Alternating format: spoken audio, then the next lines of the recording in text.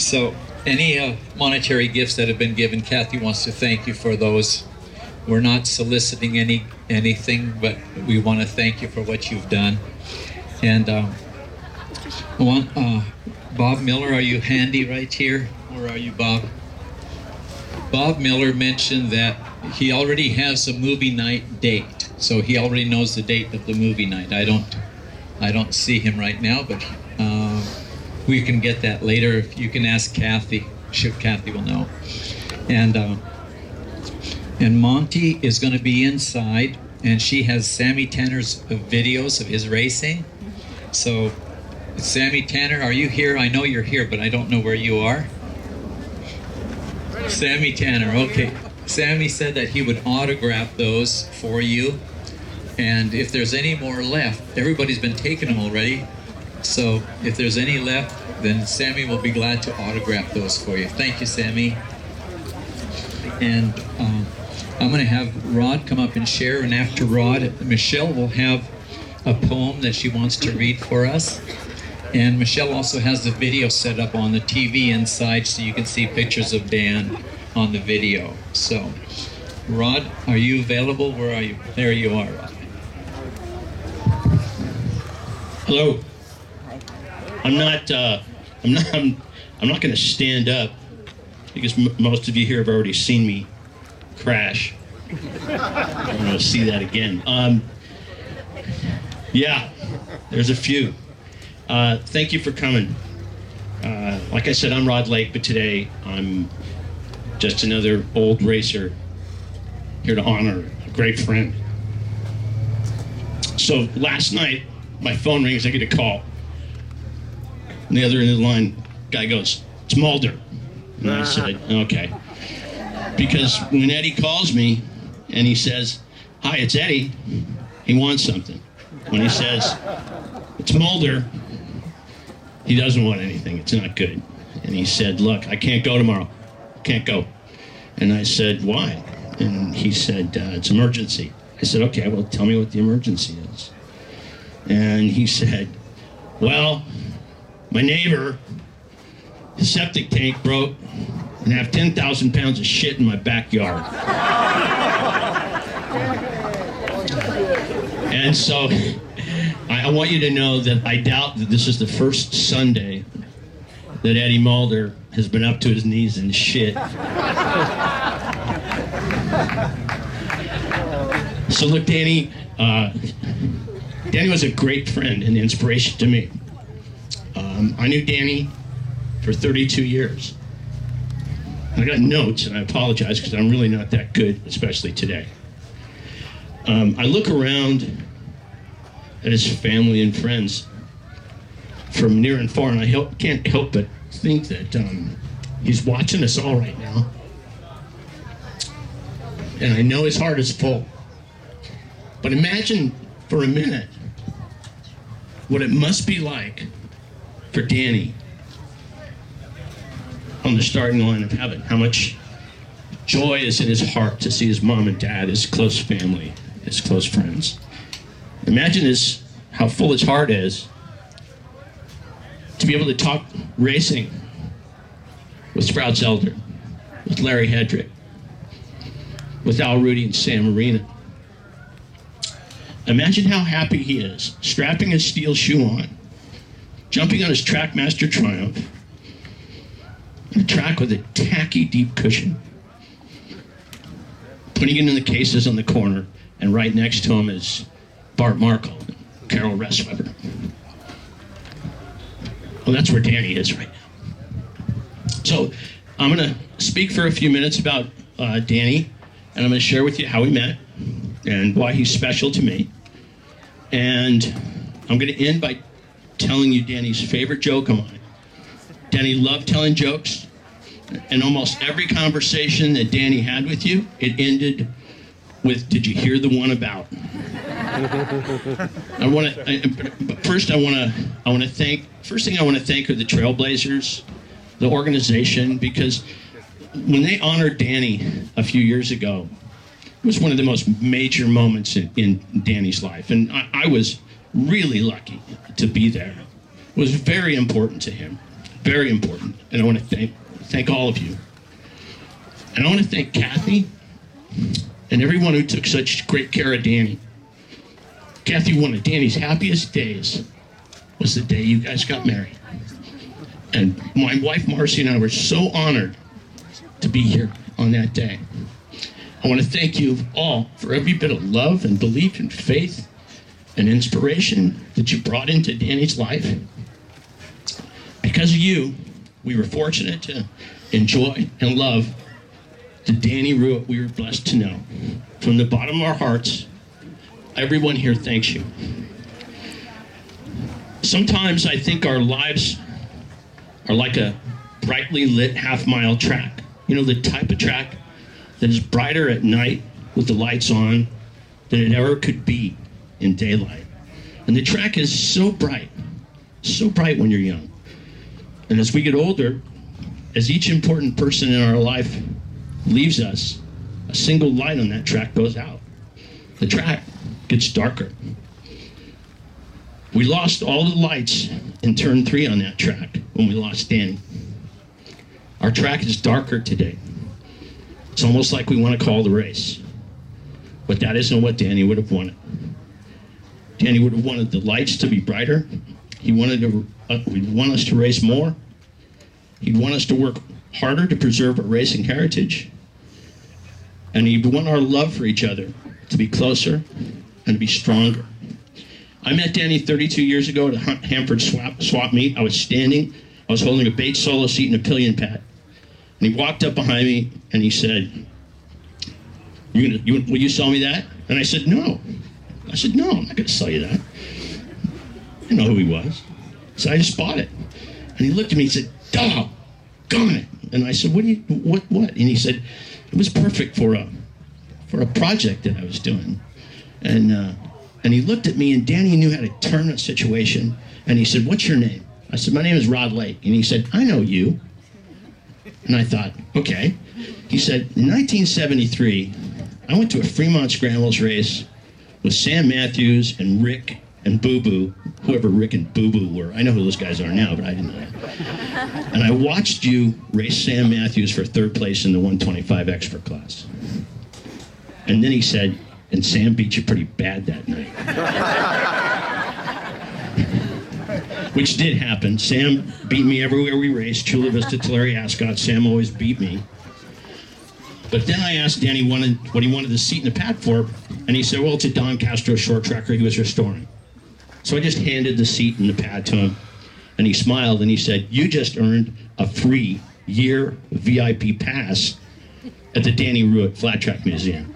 And I said, well, what does that yearly pass usually cost? And he said, well, it's free. And I said, what?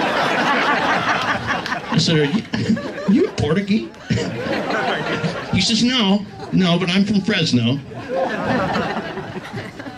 He told me he was on his way out, and if I wanted to come to the museum, follow me. And I came. He sold me that Don Castro short tracker that day. Has not left here. It's been here ever since. And I got no discount for giving him the seat and the pillion pad. I found out that day that we had a lot in common. We were both from Fresno, at least I originally was. I went to 1 year of elementary school. And you know how the world tilts you in a direction when you know you're supposed to know someone. We went to the same elementary school. I didn't know him. We both started riding on a Taco Frijole mini bike. And if you were a mini bike kid in the 60s, it was the cheapest, most ill-handling, terrible mini bike that ever existed. We both stuck the throttle wide open and crashed through a fence in our backyard on our first solo ride. We both saw On Indy Sunday 14 times when it played in 1971, hiding in the bathroom showings so you wouldn't get caught, because none of us could afford to buy 14 tickets in a row. But Danny did get caught. And I told him, dude, you had to stand on the toilet so they wouldn't see your seat in the bathroom. And Daddy looked at me and he goes, Portuguese are better criminals. We were both racers. We became experts. We raced a little as pros, but really didn't think much of our ability. I asked Marsh Runyon one time, I said, you ever watch Danny race? And he goes, oh yeah, and I've seen you too. And he said, It's not pretty, Ace. It's just not pretty. We were guys that made the top 5 guys look fast. Danny had a saying about him and me. You know, Rod, we were slow when we were fast. We became great friends that day and shared a love for each other and the sport. Most racers are selfish. It's a selfish sport. You have to be selfish to be a racer, but Danny was the opposite. He was one of the most generous people I ever met. He didn't build this museum for himself. He built it for us. He knew that this would be the type of place that would take a 70-year-old ex-racer, tuner, or fan and turn them into an 18-year-old at their favorite track again. He knew that it wasn't Jack Jones' Suzuki 100 in there. It was a warm Sunday night at Visalia or Porterville, where the air was heavy with Blinzol, smoke, the never-ending sound of 2 strokes, and races that went far past curfew ever could have been thought about. He knew that if he didn't collect dirt from Kearney Bold or Old Tulare, Half Mile, Ascot, or San Jose, no one else would. He knew that looking at Jack O'Brien's Gold Star, next to Elliott Schultz's Enfield, next to Ernie Pico's Velocette, next to Joe Leonard's KR, you weren't looking at old flat track bikes. You were 17 years old at Ascot.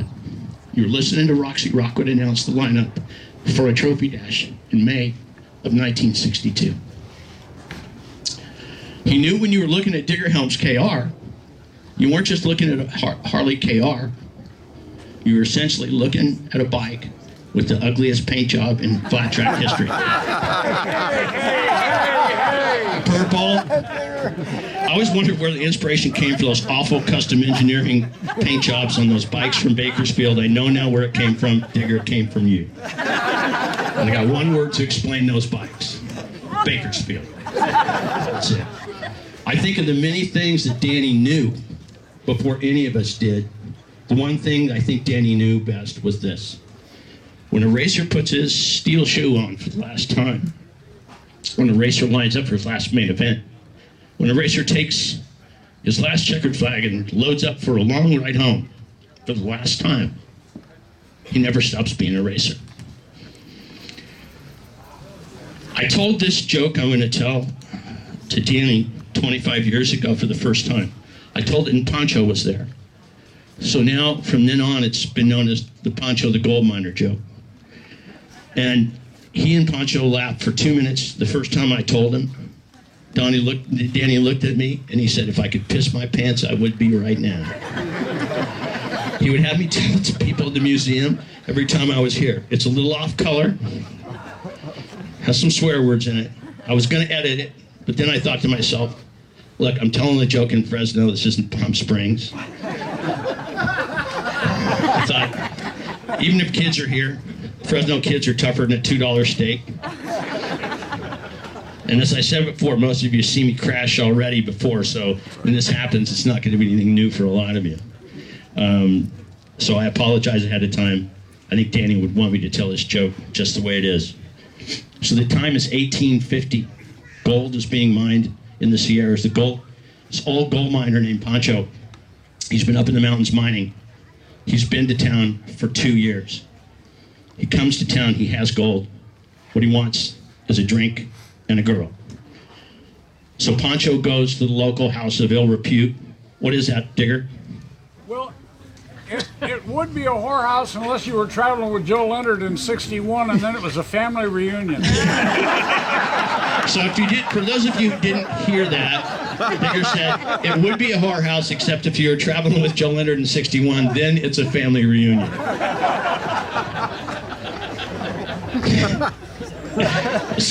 So he walks in this whorehouse, and it's empty. It just has this huge burly bartender guy behind the bar, huge guy. And Pancho says, I need a girl. And the bartender says, they're all sick. And Pancho says, look, I've been up in the mountains for 2 years. I really need a girl. Pancho says, you don't have anything. I need a girl. The bartender looks at him and says, look, the only thing we got is this Chinese cook boy named Wong. Pancho says, no, I don't go for that shit. Nope, not me. So the bartender hands him a bottle and says, come back tomorrow.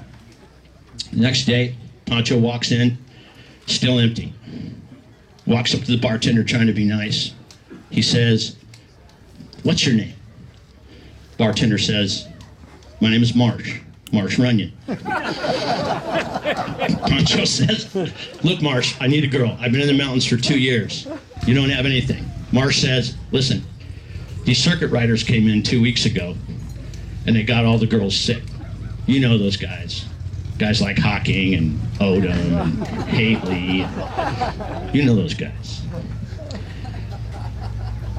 So Pancho says, you got nothing. And Marsh says, well, we got that Chinese cook boy named Wong. Pancho says, no, I don't go for that shit. I just don't go for that shit. Marsh says, well, come back tomorrow. Maybe one of the girls will be better. We can work something out. So Pancho gives him a bottle, Marsh gives him a bottle, and he leaves. So the next day he walks out, wakes up, comes in, and he says, man, please, tell me, one of the girls is here. And Marsh says, look, Ace, I told you the girls are still sick. It's just the way it is. I told you, all we have is this Chinese cook boy named Wong. Pancho says, oh, okay. He goes, how much is Wong? And Marsh says, he's $6. Well, it's 1950. He says, $6. $6 for what? He says, $2 for me, and $2 for Wong, and $2 for each of the 3 guys that got a whole Wong down, because he don't go for that shit either.